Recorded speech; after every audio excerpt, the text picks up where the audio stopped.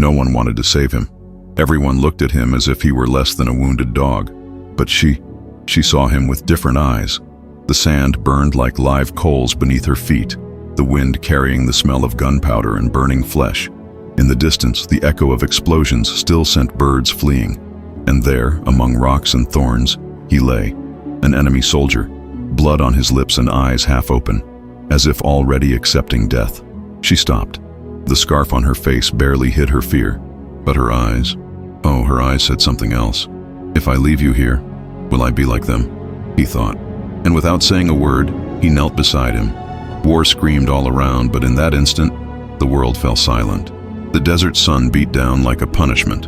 It was early afternoon, but the heat was already distorting the horizon. The cracked ground released a fine dust that mixed with sweat and clung to the skin. The dry wind carried the smell of smoke, gunpowder, and morning.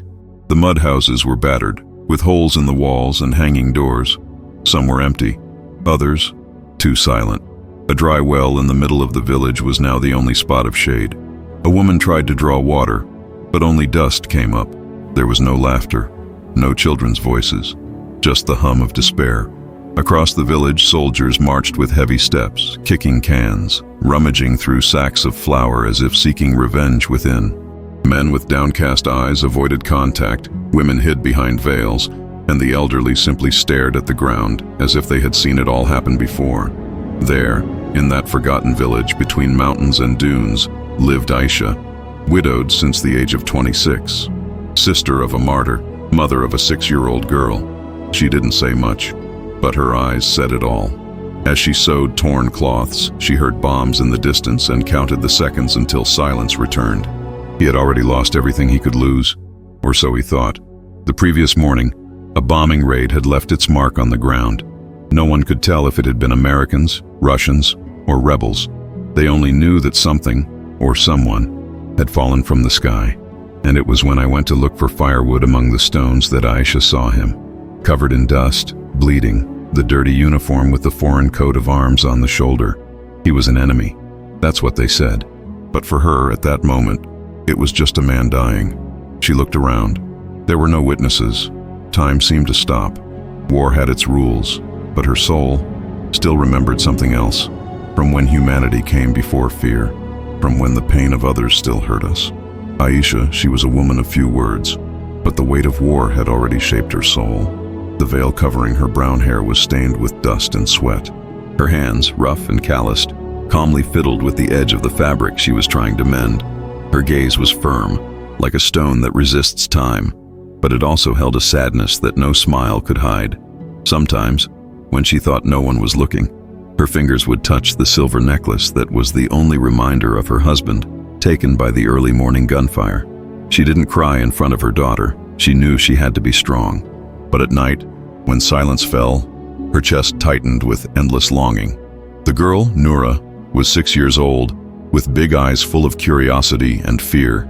She ran around the dirt yard, her bare feet kicking up small clouds of dust, trying to smile despite the dark stories her mother whispered to her before bed. "Don't be afraid, daughter. One day this will all pass," Aisha said, but her voice was trembling. And then there was him, Daniel, a young soldier, wounded and exhausted, his uniform torn and scarred by time and desert dust.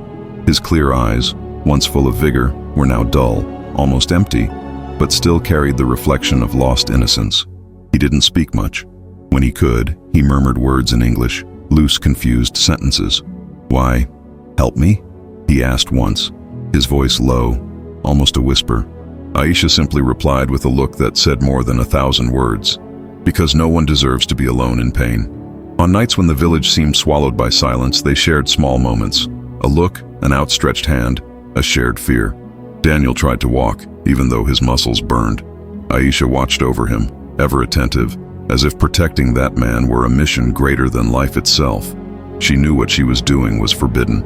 Treason, the neighbors said. But for Aisha, the line between friend and foe had been blurred by the brutality surrounding them. When Noura asked why that man was hiding, Aisha replied, "Because sometimes the heart understands things that war cannot explain." The days passed slowly, like a shadow creeping across the desert at dusk. Aisha kept Daniel hidden in a small cave behind the house, a makeshift refuge among rocks and dry roots. Heat seeped through the cracks, drying the few cloths she used to clean his wounds, and the silence was broken only by the sound of drops of water as she carefully dripped so he could drink. Every morning she would set out early, carrying a bag of herbs and home remedies, walking quickly among the bushes and rocks, always alert. The village was full of suspicious eyes, and rumors spread like wildfire among the families. She hides an enemy, some would say, while others looked away, fearing involvement. Aisha felt the pressure growing. Every strange noise made her hold her breath. Footsteps behind the door, the barking of patrol dogs, the distant sound of military vehicles. The nights were the hardest. Daniel shivered with fever, and the screams of children haunted by fear cut through the silence like knives. She knew that if they were discovered, there would be no forgiveness. Betrayal was a death sentence in that place where the line between right and wrong blurred in the hot, arid desert. But even with the constant fear, there were moments that brought humanity. Daniel, even injured, tried to help, gathering dry twigs for the fire, even though his strength barely allowed it. "You are strong," Aisha said, running her hand through his dirty hair. "Not as much as you," he replied with a tired smile. Aisha's internal conflict grew day by day. She remembered her brother, who died defending the village from enemy soldiers, and her mother, who wept endlessly. What if he's just like them? She wondered silently. But when she looked into his eyes, she saw fear, the same fear she saw on her daughter's face, reflected in the cracked walls of her home. One afternoon, while gathering herbs, he heard voices approaching. Soldiers on patrol, passing too close to the hiding place. His heart raced. He hid among the rocks, feeling sweat drip down his forehead. He heard firm footsteps, whispered orders, and the sound of sniffer dogs. He held his breath, praying they wouldn't discover his secret. For days, she lived between fear and hope. She wondered, what if they turn me in? What if they kill me? What if she loses everything? But even in the face of threats, the bond between Aisha and Daniel grew. Not just one of survival, but of compassion. Amidst the brutality of war, humanity endured. A small gesture, a shared look, a word of comfort in the darkness. She knew she had to be stronger than her fear, that this decision, even dangerous as it was, could be the last spark of hope for both of them. The day they had so dreaded finally arrived. The sun had barely risen when the first echoes of approaching boots were heard, firm and determined, cutting the silence like a sentence. Soldiers patrolled the village, searching, questioning, sniffing through the shadows. The air was thick with an unbearable nervousness, as if every leaf, every stone, held a secret too heavy to bear. Aisha felt her heartbeat like a thunderous drum in her ears. She moved cautiously, leading Daniel to an even more hidden corner of the cavern, her hands trembling but steady, like an anchor in the midst of a storm. Daniel, weak but conscious, looked at Aisha with a mixture of gratitude and fear. In the village, the neighbors murmured, some with eyes filled with hatred, others with the uncertainty of not knowing what to do. Among them, a man betrayed them with glances, fueled by old grudges and fears. "There, in that cave," he said in a low voice, claiming he had seen something. The soldiers began the search, going from house to house, with trained dogs sniffing the air for any trace. The tension could be cut with a knife. Aisha knew time was running out. At a critical moment, the man who had betrayed her appeared at the front of the cave, pointing inside with a mixture of triumph and fear. Aisha stepped forward, her eyes blazing with a determination no one expected from a woman alone and worn down by war. "If you want to find someone, it's me," he said firmly. "The man you're looking for. I'm the one protecting him." The soldiers were stunned, surprised by his courage. Daniel, weakened, struggled to his feet, leaning on Aisha. In that instant, the entire village seemed to hold its breath. She wasn't looking to save herself. She was looking to prove that even in the midst of hatred, humanity could flourish. With that act of courage, she broke invisible chains of fear and prejudice. The patrol commander looked at her, hesitant, as other soldiers slowly lowered their weapons. In a heavy silence, a decision was being made, not only about Daniel's life, but about the hope that could still be reborn in that forgotten place. The tension that had filled the air began to slowly dissipate, like dust settling after a storm. The soldiers lowered their weapons, some with expressions of disbelief, others staring blankly at Aisha's courageous display. The commander, a man with a face hardened by years of war, approached and stared at the woman who had risked everything for an enemy. "Why?" he asked in a deep voice, a question that not only sought answers, but also challenged the beliefs embedded in their hearts. Aisha didn't hesitate.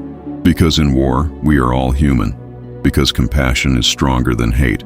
Because no one deserves to die alone."